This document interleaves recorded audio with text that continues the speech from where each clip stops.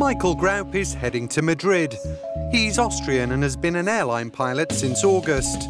He trained at the Austrian Aviation Academy near Vienna. The school gets some of its funding from the European cohesion policy. For Michael, becoming a pilot was always a childhood dream.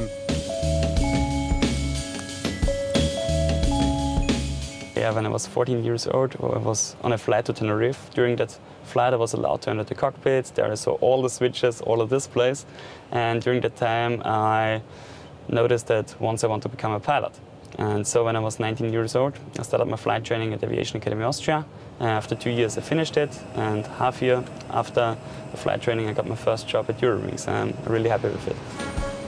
Around 2,400 pilots are trained at the Austrian Aviation Academy each year. 75 instructors work at the school, which has a total budget of 37.7 million euros. Around 2.5 million of that comes from the European Regional Development Fund.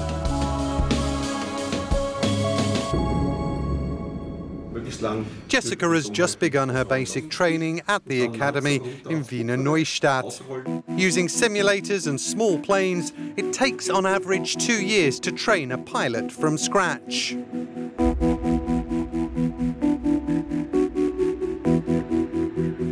Today we're planning a flight lesson to Spitzberg. It's to introduce me to grass landing fields, because normally we're landing on concrete runways, and now we're trying with grass landing fields.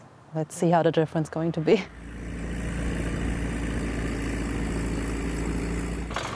Pilots are required to continually train throughout their professional career.